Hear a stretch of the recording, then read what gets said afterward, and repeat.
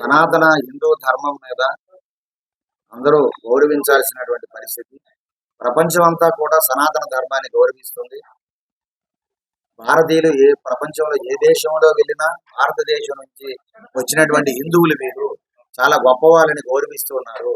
మన రాముణ్ణి, మన రామాయణాన్ని, భారతాన్ని, భగవద్గీతను ఉత్తమోత్తమ గ్రంథాలుగా గౌరవిస్తున్నారు.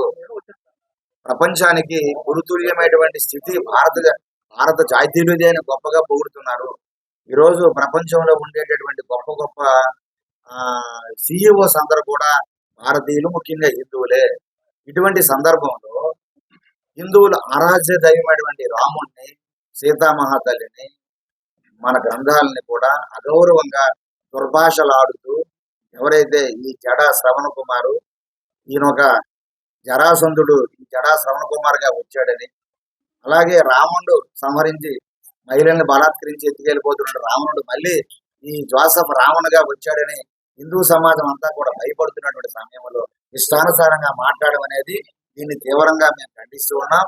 దీనికి వత్తాసు పలుకుతున్నటువంటి వైకాపా నాయకులు జగన్మోహన్ రెడ్డి హే రామ్ సేవ్ ఆంధ్రప్రదేశ్ అని చెప్పి ఆయన కూడా తప్పుని సరిదిద్దాల్సినటువంటి ఒక మాజీ ముఖ్యమంత్రి కూడా వైకాపా నాయకులు దాన్ని వత్తాసు పలకడం అనేది తీవ్రంగా ఖండించాల్సినటువంటి అంశం. ఇది హిందువులందరూ ఆలోచన చేసుకోవాలి. ఇప్పటికే వైకాపా ప్రభుత్వానికి హిందూ వ్యతిరేక ప్రభుత్వం అనేటువంటి ముద్ర కూడా ఉన్నది.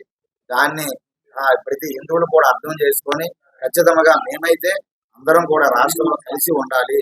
ఈ హిందువులు అలాగే క్రైస్తవులు అందరూ కూడా విషయాన్ని అర్థం చేసుకొని రెచ్చగొట్టేటటువంటి ఇలాంటి దుర్మార్గుల మాటల నుండి మీ అందరూ కూడా బయటికి రండి, చక్కగా ఆలోచన చేయమని మేము మరీ కోరుతున్నాం.